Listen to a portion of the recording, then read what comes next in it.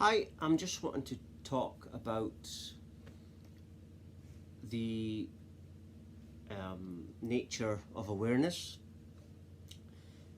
and this film that I'm doing is about duality. I'll be covering twin flames as well. Because twin flames is just another way of showing you that the two is one, and I'll be covering all that because two is one. Duality is non-duality because everything starts as nothing, and this means that you don't actually, there's not a beginning, there's not a start point to anything.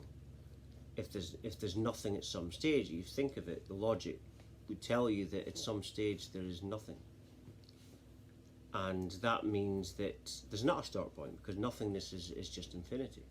Infinity can't start anywhere. It's always been, even though it hasn't.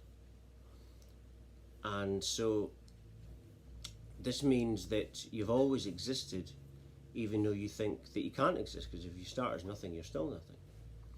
But the next thing that I'm going to say is that, but we have awareness within the nothing. So that's why all that really exists within this nothing is an infinite awareness. That's what the nothing is. And the nature of awareness presents the illusion of two. Because you're aware of yourself, what you perceive as the self, and you're aware of me just now. That's even, but the two is one, you see. It's like what's going on is your ego is telling you that you're the separate self. And when you look into here, you're looking into a mirror. But the mirror, you see, sees itself as a separate self, even though it's one thing.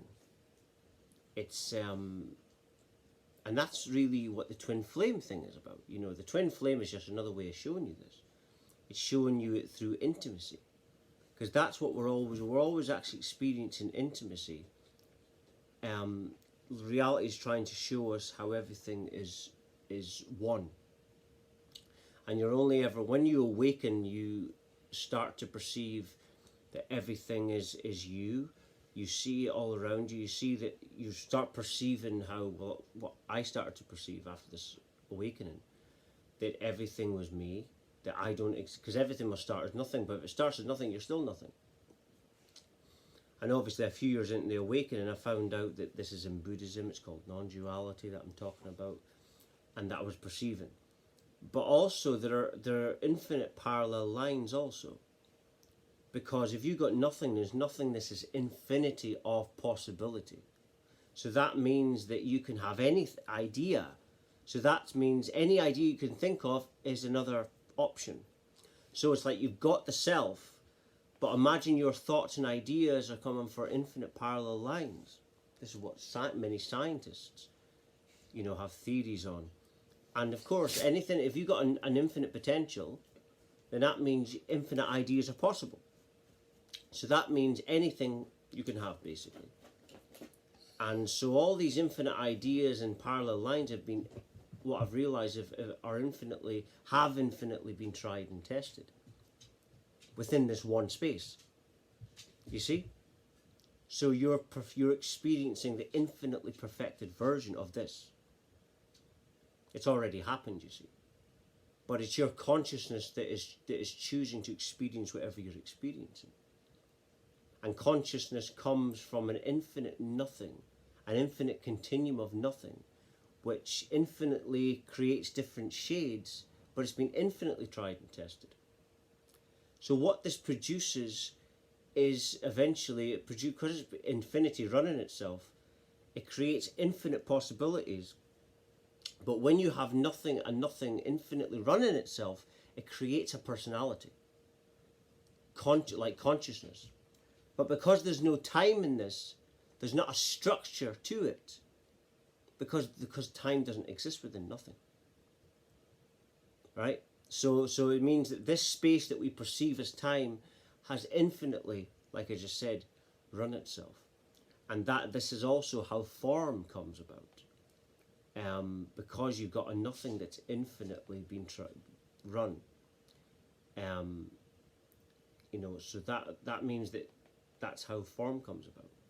Because of the infinite, then if you have a nothing infinite running itself infinitely, there's infinite possibilities, ideas, and then a personality develops, and then that becomes the infinite consciousness. But the most astonishing part for many people is that it can't begin, but that's because you're stuck in with the illusion of time. But time doesn't exist, like I say, within nothing. And all there is the nothing. But the nothing, like I say, because it's infinitely running itself, that then develops, because it's an infinitely tried and tested nothing, it develops a perfect consciousness. And that becomes your director. That's what I perceive all the time in this awakening, how the consciousness is our driver, and that is the God. And there's only you, and a life doesn't need an outside force also to create it, because it's one infinite nothing. You can't have two, you see.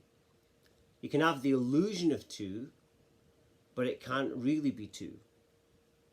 It can only ever be you experiencing you, or what you perceive as you, and what you perceive as separate. But that comes from the awareness, like I said earlier, very much earlier in the film. That's what the nature of awareness does. It presents the awareness, but the aware of. So you're observing yourself, but then that perceives a self, and then so therefore everything else must be separate. But that's just the nature of awareness, you see. And once you wake up to this, you realize that nothing is really important, because we're not actually going anywhere. It's like there's nowhere to get to, because there's just nothing. There's just infinite awareness doing whatever it wants to, but there's no real importance. So then when you see this, you see that people are running around like crazy because they're crazy. Because they've been programmed into this, and I talk a lot about programming.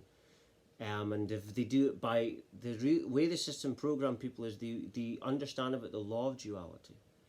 And they use this against us to convince us that the dark, there's this devil or dark force that's going to hurt us, when actually everything is one.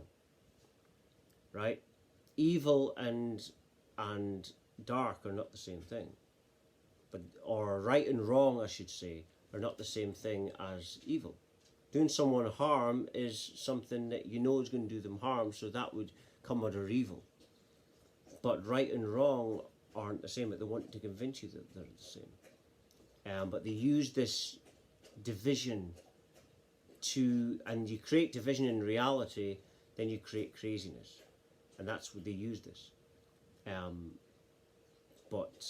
That I just wanted to do a video really on the nature of awareness, really, and also mention the fact that the system uses division to separate us.